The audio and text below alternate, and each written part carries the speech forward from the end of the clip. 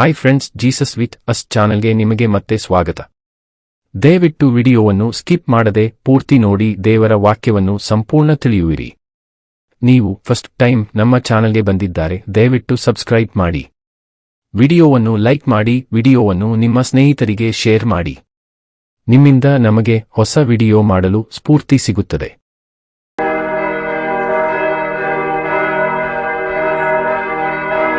ಯೆಶಾಯನು ಬರೆದ ಪ್ರವಾದನ ಗ್ರಂಥ, ಅಧ್ಯಾಯ 49. ಯೆಹೋವನ ಸೇವಕನ ಶ್ರೇಷ್ಠ ಕರ್ತವ್ಯ. ದ್ವೀಪ ನಿವಾಸಿಗಳೇ, ನನ್ನ ಕಡೆಗೆ ಕಿವಿಗೊಡಿರಿ. ದೂರದ ಜನಾಂಗಗಳೇ, ಆಲಿಸಿರಿ.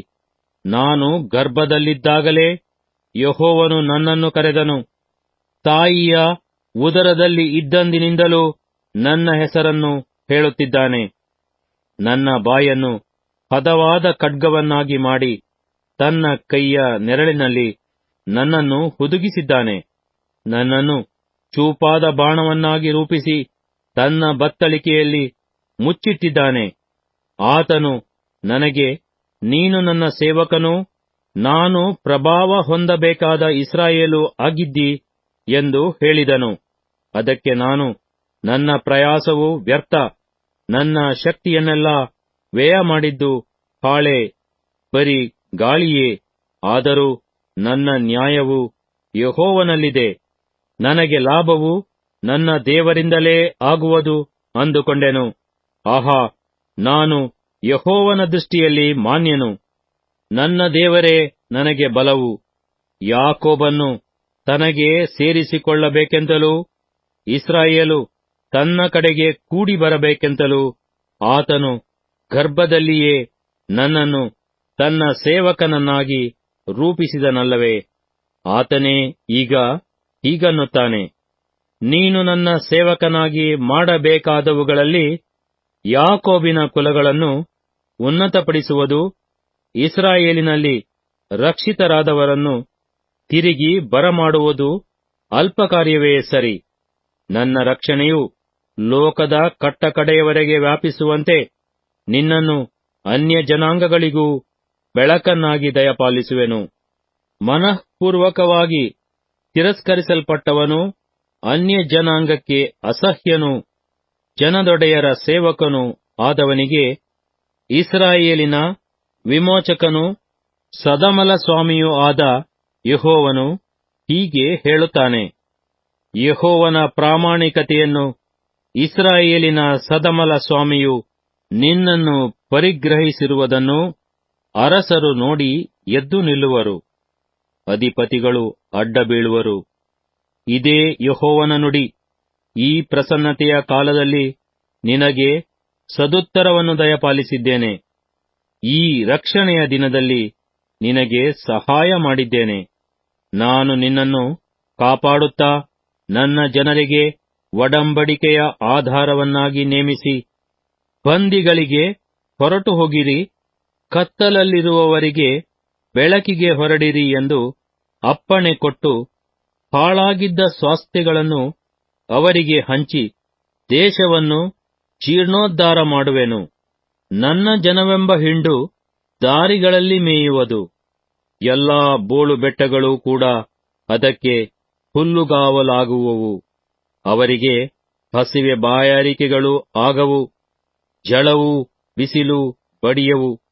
ಅವರನ್ನು ಕರುಣಿಸುವಾತನು ದಾರಿ ತೋರಿಸುತ್ತಾ ನೀರುಕ್ಕುವ ಒರತೆಗಳ ಬಳಿಯಲ್ಲಿ ನಡೆಸುವನು.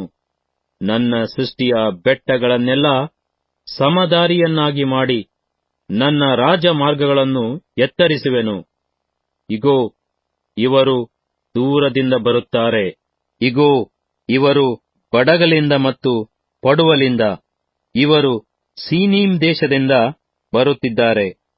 ಆಕಾಶವೇ ಹರ್ಷಧ್ವನಿಗೈ, ಭೂಮಿಯೇ ಉಲ್ಲಾಸಗೊಳ್ಳು, ಪರ್ವತಗಳೇ ಕೋಲಾಹಲ ಮಾಡಿರಿ. ಯೆಹೋವನು ತನ್ನ ಪ್ರಜೆಯನ್ನು ಸಂತೈಸಿ ದಿಕ್ಕಿಲ್ಲದ ತನ್ನ ಜನರನ್ನು ಕರುಣಿಸುತ್ತಿದ್ದಾನೆ. ಚೀಯೋನೆಂಬ ತಾಯಿ ಕಳೆದುಕೊಂಡ ಮಕ್ಕಳ ಪುನರಾಗಮನ. ಚೀಯೋನ್ ನಗರಿಯಾದರೋ, ಯೆಹೋವನು ನನ್ನನ್ನು ಕೈಬಿಟ್ಟಿದ್ದಾನೆ, ಕರ್ತನು ನನ್ನನ್ನು ಮರೆತಿದ್ದಾನಲ್ಲ ಅಂದುಕೊಂಡಳು. ಒಬ್ಬ ಹೆಂಗಸು ತಾನು ಹೆತ್ತ ಮಗುವಿನ ಮೇಲೆ ಕರುಣೆಯಿಡದೆ ತನ್ನ ಮೊಲೆಕೂಸನ್ನು ಮರೆತಾಳೆ. ಒಂದು ವೇಳೆ ಮರೆತಾಳು, ನಾನಾದರೆ ನಿನ್ನನ್ನು ಮರೆಯೆ. ಇಗೋ, ನನ್ನ ಅಂಗೈಗಳಲ್ಲಿ ನಿನ್ನನ್ನು ಚಿತ್ರಿಸಿದ್ದೇನೆ. ನಿನ್ನ ಪೌಳಿಗೋಡೆಗಳು ಸದಾ ನನ್ನ ಕಣ್ಣೆದುರಿನಲ್ಲಿವೆ. ನಿನ್ನ ಮಕ್ಕಳು ತ್ವರೆಪಟ್ಟು ಬರುತ್ತಿದ್ದಾರೆ. ನಿನ್ನನ್ನು ಕೆಡವಿ ಹಾಳು ಮಾಡಿದವರು ನಿನ್ನೊಳಗಿಂದ ಹೊರಟು ಹೋಗುತ್ತಾರೆ. ಕಣ್ಣೆತ್ತಿ ಸುತ್ತಲೂ ನೋಡು, ಇವರೆಲ್ಲರೂ ಕೂಡಿಕೊಂಡು ನಿನ್ನ ಬಳಿಗೆ ಬರುತ್ತಿದ್ದಾರೆ. ಯೆಹೋವನು ಹೀಗನ್ನುತ್ತಾನೆ, ನನ್ನ ಜೀವದಾಣೆ, ನೀನು ಇವರನ್ನೆಲ್ಲಾ ಆಭರಣವನ್ನಾಗಿ ಧರಿಸಿಕೊಳ್ಳುವಿ. ವಧುವು ಒಡ್ಯಾಣವನ್ನು ಕಟ್ಟಿಕೊಳ್ಳುವಂತೆ ನೀನು ಇವರನ್ನು ಕಟ್ಟಿಕೊಳ್ಳುವಿ. ನಿನ್ನ ಹಾಳು ಪ್ರದೇಶಗಳು, ನಿನ್ನ ಬೀಳು ಭೂಮಿಯು, ಕೆಟ್ಟು ಹೋದ ನಿನ್ನ ಸೀಮೆಯು, ಇವುಗಳಿಗೆ ಏನಾಗುವುದೆಂದರೆ, ನೋಡು, ನಿನ್ನನ್ನು ನುಂಗಿದವರು ದೂರವಾಗುವರು. ನಿನ್ನ ನಿವಾಸಿಗಳಿಗೆ ನೀನು ಸಂಕೋಚ ಸ್ಥಳವಾಗುವಿ. ಸಂತಾನವನ್ನು ಕಳೆದುಕೊಂಡವಳಾದ ನಿನ್ನ ಮಕ್ಕಳು, ಸ್ಥಳವು ನನಗೆ ಸಂಕೋಚ, ನಾನು ವಾಸಿಸುವುದಕ್ಕೆ ಸ್ಥಳವಾಗುವಂತೆ ಸರಿದುಕೋ ಎಂದು ಆಡಿಕೊಳ್ಳುವ ಮಾತು ಇನ್ನು ಮೇಲೆ ನಿನ್ನ ಕಿವಿಗೆ ಬೀಳುವುದು. ಆಗ ನೀನು ನಿನ್ನ ಮನದೊಳಗೆ, ನನಗೋಸ್ಕರ ಇವರನ್ನು ಯಾರು ಹೆತ್ತರು? ನಾನೋ ಮಕ್ಕಳನ್ನು ಕಳೆದುಕೊಂಡವಳು, ಪುತ್ರಹೀನಳು, ದೇಶಭ್ರಷ್ಟಳು, ಕಿರುಕಳು. ಇವರನ್ನು ಸಾಕಿದವರು ಯಾರು? ಆಹಾ, ನಾನು ಒಂಟಿಯಾಗಿ ಉಳಿದಿದ್ದೆನಲ್ಲ, ಇವರೆಲ್ಲಿದ್ದರು ಅಂದುಕೊಳ್ಳುವಿ. ಕರ್ತನಾದ ಯೆಹೋವನು ಹೀಗನ್ನುತ್ತಾನೆ, ಇಗೋ, ನಾನು ಜನಾಂಗಗಳಿಗೆ ಕೈಸನ್ನೆ ಮಾಡಿ ದೇಶಾಂತರಗಳವರಿಗೆ ನನ್ನ ಧ್ವಜವನ್ನು ಎತ್ತುವೆನು. ಅವರು ನಿನ್ನ ಕುಮಾರರನ್ನು ಎದೆಗಪ್ಪಿಕೊಂಡು ಬರುವರು, ನಿನ್ನ ಕುಮಾರ್ತೆಯರನ್ನು ಹೆಗಲ ಮೇಲೆ ಕರೆತರುವರು. ರಾಜರು ನಿನಗೆ ಸಾಕು ತಂದೆಗಳು, ಅವರ ರಾಣಿಗಳು ನಿನಗೆ ಸಾಕು ತಾಯಿಯರು ಆಗುವರು. ನಿನಗೆ ಸಾಷ್ಟಾಂಗವಾಗಿ ಅಡ್ಡಬಿದ್ದು ನಿನ್ನ ಪಾದಧೂಳಿಯನ್ನು ನೆಕ್ಕುವರು. ನಾನೇ ಯೆಹೋವನು, ನನ್ನನ್ನು ನಿರೀಕ್ಷಿಸಿಕೊಂಡವರು ಆಶಾಭಂಗಪಡರು ಎಂದು ನಿನಗೆ ಗೊತ್ತಾಗುವುದು. ಶೂರನಿಂದ ಕೊಳ್ಳೆಯನ್ನು ಕಸುಕೊಳ್ಳಬಹುದೇ? ಭೀಕರನಿಗೆ ಸೆರೆಯಾದವರನ್ನು ಬಿಡಿಸಲಾದೀತೆ ಎಂದುಕೊಳ್ಳುತ್ತೀಯಾ? ಯೆಹೋವನು ಹೀಗನ್ನುತ್ತಾನೆ, ಶೂರನ ಸೆರೆಯವರು ಅಪಹರಿಸಲ್ಪಡುವರು, ಭೀಕರನ ಕೊಳ್ಳೆಯೂ ತೆಗೆಯಲ್ಪಡುವುದು. ನಿನ್ನೊಡನೆ ಹೋರಾಡುವವನ ಸಂಗಡ ನಾನೇ ಹೋರಾಡಿ ನಿನ್ನ ಮಕ್ಕಳನ್ನು ಉದ್ಧರಿಸುವೆನು. ನಿನ್ನ ಹಿಂಸಕರು ಸ್ವಮಾಂಸವನ್ನು ತಿನ್ನುವಂತೆ ಮಾಡುವೆನು. ದ್ರಾಕ್ಷಾರಸವನ್ನು ಕುಡಿಯುವ ಹಾಗೆ ಅವರು ಸ್ವಂತ ರಕ್ತವನ್ನು ಕುಡಿದು ಅಮಲೇರುವರು. ಆಗ ಯೆಹೋವನಾದ ನಾನೇ ನಿನ್ನ ರಕ್ಷಕನು, ನಿನ್ನ ವಿಮೋಚಕನು, ಯಾಕೋಬ್ಯರ ಶೂರನು ಎಂದು ನರ ಜನ್ಮದವರಿಗೆಲ್ಲರಿಗೂ ಗೊತ್ತಾಗುವುದು. ಯೆಶಾಯನ ಪ್ರವಾದನ ಗ್ರಂಥ, ಅಧ್ಯಾಯ 50.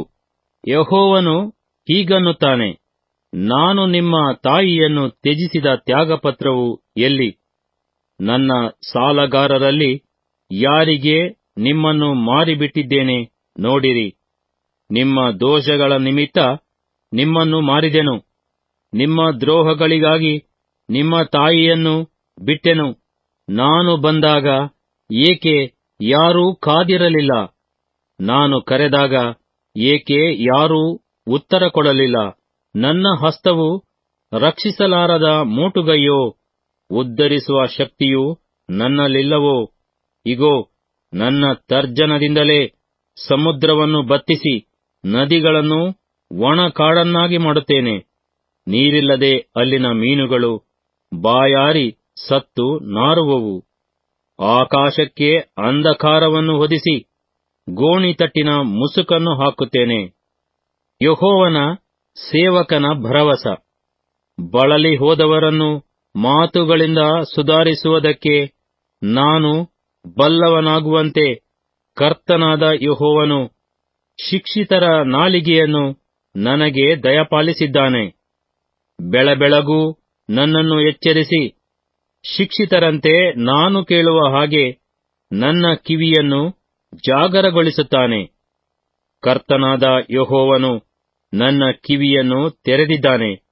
ನಾನು ಎದುರು ಬೀಳಲಿಲ್ಲ, ವಿಮುಖನಾಗಲೂ ಇಲ್ಲ.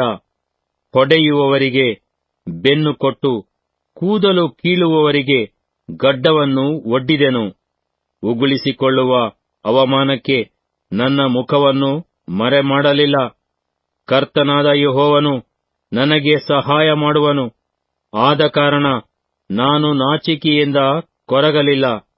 ನನ್ನ ಮುಖವನ್ನು ಕಗ್ಗಲ್ಲಿನಂತೆ ಗಟ್ಟಿ ಮಾಡಿಕೊಂಡಿದ್ದೇನೆ. ಆಶಾಭಂಗಪಡಲಾರೆನೆಂದು ನನಗೆ ಗೊತ್ತು. ನನ್ನ ನ್ಯಾಯಸ್ಥಾಪಕನು ಸಮೀಪದಲ್ಲಿದ್ದಾನೆ. ನನ್ನೊಡನೆ ಯಾರು ವ್ಯಾಜ್ಯವಾಡುವರು? ನಾವಿಬ್ಬರು ನ್ಯಾಯಾಸನದ ಮುಂದೆ ನಿಂತುಕೊಳ್ಳುವ. ನನಗೆ ಪ್ರತಿಕಕ್ಷಿಯು ಯಾರು? ನನ್ನ ಬಳಿಗೆ ಬರಲಿ. ಆಹಾ, ಕರ್ತನಾದ ಯೆಹೋವನು ನನಗೆ ಸಹಾಯ ಮಾಡುವನು. ನನ್ನನ್ನು ಅಪರಾಧಿ ಎಂದು ನಿರ್ಣಯಿಸುವವನು ಯಾರು? ಇಗೋ, ಅವರೆಲ್ಲರೂ ವಸ್ತ್ರದಂತೆ ಜೀರ್ಣವಾಗುವರು. ಅವರನ್ನು ನುಸಿಯು ತಿಂದುಬಿಡುವುದು. ನಿಮ್ಮೊಳಗೆ ಯಾವನು ಯೆಹೋವನಲ್ಲಿ ಭಯಭಕ್ತಿಯಿಟ್ಟು ಆತನ ಸೇವಕನ ಮಾತನ್ನು ಕೇಳುವನು? ಕತ್ತಲಲ್ಲಿ ನಡೆಯುತ್ತಾ ಬೆಳಕಿಲ್ಲದವನು ಯೆಹೋವನ ನಾಮದಲ್ಲಿ ಭರವಸವಿಟ್ಟು ತನ್ನ ದೇವರನ್ನು ಆಧಾರ ಮಾಡಿಕೊಳ್ಳಲಿ. ಓಹೋ, ಬೆಂಕಿ ಇಕ್ಕಿ ಸುತ್ತುಮುತ್ತಲೂ ಕೊಳ್ಳಿಗಳನ್ನು ಹತ್ತಿಸಿಕೊಂಡಿರುವವರೇ, ನಿಮ್ಮ ಬೆಂಕಿಯ ಬೆಳಕಿನಲ್ಲಿಯೂ ನೀವು ಹತ್ತಿಸಿದ ಕೊಳ್ಳಿಗಳ ನಡುವೆಯೂ ನಡೆದರೂ ನಡೆಯಿರಿ. ಇಗೋ, ನನ್ನ ಹಸ್ತದಿಂದ ನಿಮಗಾಗುವ ಗತಿಯು ಇದೇ. ದುಃಖಕ್ಕೆ ಒಳಗಾಗಿ ಸಾಯುವಿರಿ.